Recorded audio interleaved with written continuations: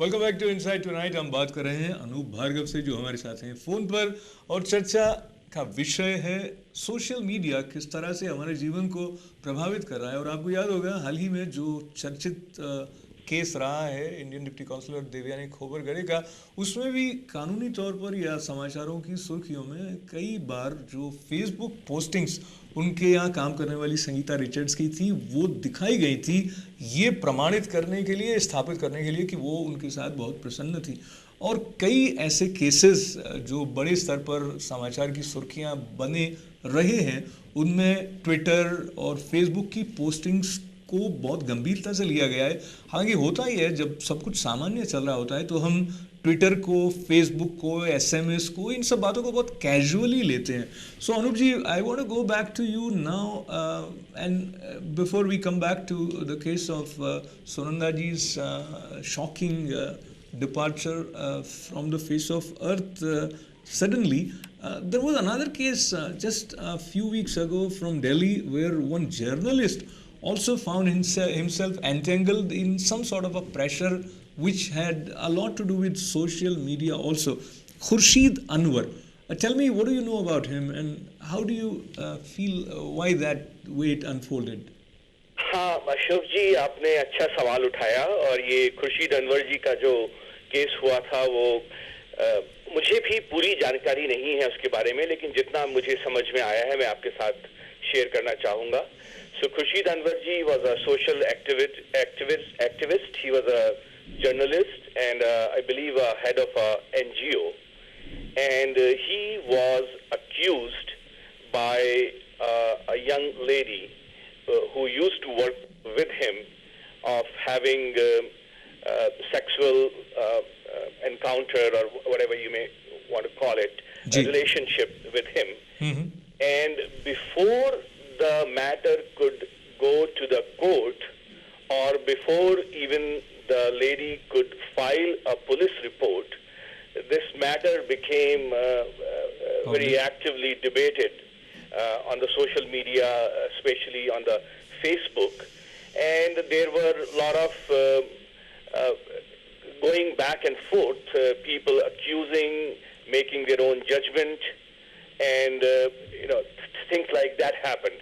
So here we have to be very, very careful. As we said, the social media cannot be a substitute for a court. Once the people start making judgment on the social media without having full information, it becomes I interrupt you and I'm just reminded of one family, Tripathi family in Boston, whose son was missing, and after this marathon race bombing instance, because he was missing, and some people on social media started connecting his role with the bombers, and that led to a lot of unwanted or avoidable troubles for the Tripathi family, because people were sending them very, very nasty messages, and all this because a group of people, without verifying the facts, started claiming that he was also involved. No, that is absolutely right. And something like this happened, and unfortunately, the pressure due to the social media and the judgments made on the social media were so severe that this person, Mr. Khurshid Anwar, ended up committing suicide. Oh, man. Mm-hmm. Even before the matter could go any further. So, Anuji, going back towards this reference of Shashi Tharoor's life, the way it has unfolded in recent times, indeed, first there were some questions about his openness in his tweets, and secondly, do you think if the social media was not existing the way it is existing, many times such a quick sort of development of relationships would not have been possible? For example, taking this particular case, so somewhere in this line, there is this Pakistani journalist lady who also comes into the picture, who came to Delhi in April for an interview with Shashi Tharoor. And then we read in the newspapers that in June or so, both of them met at a social gathering in Dubai again. And then there were some messages which Sunanda Pushkar just a day ago said that were objectionable and she was after her husband, etc. So the question is the kind of intimacy or possible relationship or some sort of feel that there is a relationship, it starts happening because of the presence of social media, because she said she was in touch through Twitter and email postings, etc. Well, certainly the social media has made the geographical distances very small. I mean, right now there is tools and technology available to keep in touch with the person, from any part of the world he or she may be. And it's not just the written words. You can see each other. You can instantly exchange messages with each other. So definitely the social media or the technology has made keeping the relationships, or I would call it a distant relationships, Right. has made it a lot easier now. Now people find their childhood friends, they reconnect, and sometimes they're also some sort of a old sleeping sort of a romantic. Certainly, certainly. I mean, Facebook has. I mean, I can tell you personally myself the role it has played in making me in touch with my lost friends whom I had no chance of meeting or talking, but now I can see them on Facebook. I can connect with them. I can recall all the old memories. So definitely, it has played a very, very positive role in the lives of so many people. Absolutely. So Anoopji, this is something which we'll have to keep on monitoring, and we need to pay attention to how we make use of social media. And from that point of view, what would be your tip? Okay, so again, we have to exploit the positive things that can happen on the social media and be aware of and stay away from. So one of the things that I would say as far as the positive things is concerned is the discussion that can happen and that can actually help in starting a movement. So actually, since you brought it up, I remember what happened in Egypt Right. months back, and the role that the social media has played in bringing a revolution and almost changing the government in Egypt. So that is the positive side of the social media. Similarly, a healthy discussion can take place on almost any subject between people who are sitting in far distant parts of the world, which would not have been possible without the social media.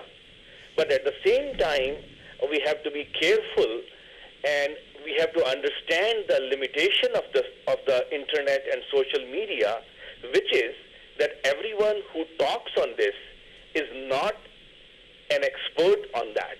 Absolutely. And I'm reminded of the In famous. giving their judgment, in talking about the issues that they don't understand and they don't know. Absolutely. I just was interrupting you to share. I was reminded of the words probably Bill Gates said long ago, that Big Brother is watching, that kind of thing. So everybody is interconnected, and wherever you are either being videographed or photographed, and so behave properly is one message that comes to us from the technology. Anoopji, I want to thank you, and I want to also share with our viewers. I personally feel kind of shocked with this news of Sunanda Pushkarji's demise, and It is shocking news. It is, and it was just in 2010 that it was third marriage for Minister Shashi Tharoor, and probably third for Sunanda Pushkar also. But they looked like a wonderful couple, and in 2010 they participated together in a function here in New York right after their marriage, organized by Pratham organization, where I got to talk to Shashi Tharoor briefly. So, with you, I share that small part of conversation with nostalgia. It's a great honor to be sitting with Shashi Tharoor, the author, the thinker, the politician, the administrator, and whatnot. And someone who is rejoicing um, in a period where we call he's still in the honeymoon period. So congratulations on that. I want to begin by asking you. We are sitting at the Pratham Gala. So, how do you see a role of these kind of organizations is significant for India? I think it's very important for India. In fact, that's why I'm here. You know, I wasn't even supposed to be here. I came here for the UN General Assembly, and when they learned I was in town, they asked if I could come by. And though I had another commitment, I came just for a little while, just to show my support and solidarity with their efforts. I think Pratham is really valuable because what it's trying to do, which is to promote literacy in our country and better standards of learning, is extremely important for the future of India and Indian children. And it's one important way in which NRIs can give back. You know, learning is based, that's why Pratham, right, the very first thing is what it's all about, is the ABCs of learning. And it's so important for our future. There is no country in the world that has industrialized and grown and become prosperous without making its population literate and educated. And NRIs have the ability to both give the financial resources and some of the educational and technical skills to be able to deliver results on the ground. And I've seen some of the work that Pratham has done. I think it's first class. The work is first class, and the first class thing about life is that it brings a lot of challenges, and sometimes ups and downs are so much that people find it difficult to get to their balance. And in your case, whatever one reads in the newspapers, you went back after United Nations. Embraced Indian politics, which is considered with lots of bumps. And so, how was this whole journey for you? Well, I hope the journey isn't over yet, so we'll see. It was good to go back. I enjoyed the experience of contesting the elections. It made me, in many ways, have to rediscover, as it were, my roots and my ability to connect with voters. And I'm humbled by the confidence they placed in me. I had a very significant majority for my election to the Lok Sabha, to Parliament. There have been ups and downs.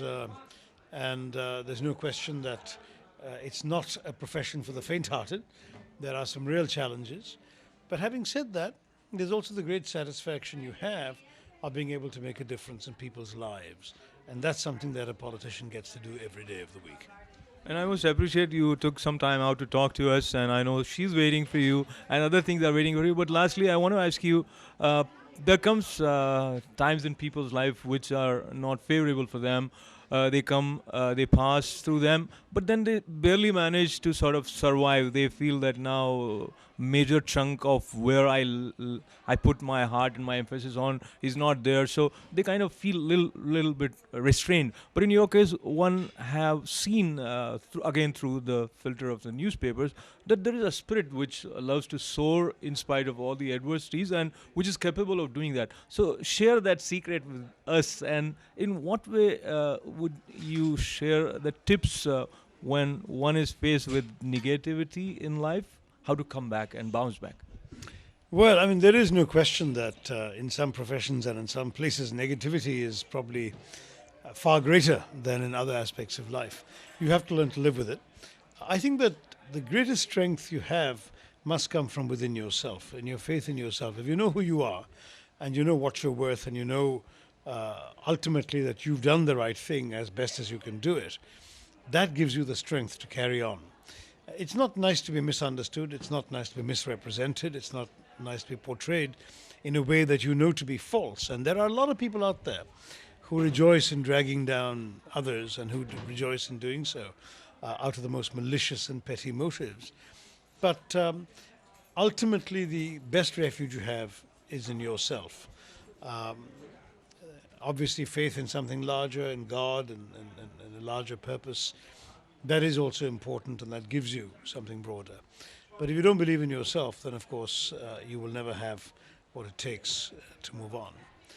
There's also the American expression that the harder you fall, the higher you'll bounce. So, like a good, strong rubber ball, you've just got to bounce right back. So I take this mantra, believe in yourself, and that is the message which comes from Shashi Tharoor for us, with lots of good wishes to you, sir. Thank you. So somehow looks like good wishes from me for this wonderful gentleman. Didn't work that well as far as his married life is concerned. This interview was conducted in 2010, right after he got married to Sunanda Pushkar, and he was visiting New York. This was at a gala organized by Prism. We were talking about how social media has been a part and parcel of our lives, and before we wind up, once again recollecting on phone with me Anoop Bhargava. Anoop ji, Hindi कविताओं के बारे में ज़्यादा चर्चा आज नहीं करते हुए कोई एक पंक्ति आप या दो पंक्तियाँ किसी कविता की जो कहीं ना कहीं सोशल मीडिया के और आपके संबंध से जुड़ी हुई भी हैं, हमारे दर्शकों तक पहुँचाएं। नहीं अशोक जी, ये तो आपने बड़ा मुझे कविता के लिए तो मैं तैयार नहीं हूँ, लेकिन एक मैं अपनी दो पंक्तियाँ जो मुझे याद आ रही हैं। जी स्वागत। कि एक मेरा शेर है कि कल रात एक अनहोनी बात हो गई। वाह। कल रात एक अनहोनी बात हो गई, मैं तो जागता रहा, खुद रात सो गई। क्या बात है, मैं तो जागता रहा, खुद रात सो गई। तो हम लेकिन आपको सोने नहीं देंगे, और जागते रहने की बात को लेते हुए जब अनूप जी का धन्यवाद करें, वहीं आपके साथ ये खुशखबरी कह लें या एक अच्छी खबर बांट लें कि टाइम वार्नर केबल की तरफ से जो कुछ उपहार जैसे प्लान्स आते हैं, उनमें एक तो ग्लोबल पैनी प्लान है जिसमें आप 1 सेंट 1 मिनट के लिए भारत कॉल कर सकते हैं उनको साइन अप करके, और एक विशेष खबर जो आपके अन्य मित्र जो बंधु न्यूयॉर्क न्यू जर्सी एरिया से बाहर रहते हैं, उनसे आप कह सकते हैं कि अब टाइम वार्नर केबल पर ITV गोल्ड भी एक हिंदी पास प्लस पैक में अवेलेबल है, जिसमें 8 चैनल्स उन्हें $39.99 में उपलब्ध हो जाते हैं। और ये बाकी के जो चैनल्स हैं वो Zee, Sony, Star, Life OK, cricket channel, NDTV news और TV एशिया हैं। मगर ITV गोल्ड विशेष रूप से वो लोग जो आपसे कहते रहे कि आपका न्यूयॉर्क में या न्यू जर्सी में होने का एक लाभ ये है कि आप ITV भी देख पाते हैं, अब ये लाभ उन तक भी पहुंचने लगा है, and they would enjoy getting this news from you. And now is the time for another break in today's Inside Tonight. Once again, thanks to poet and the computer professional Anoop Bhargava for being with us. Thank you, Anoop ji, and we'll be right back after this short break.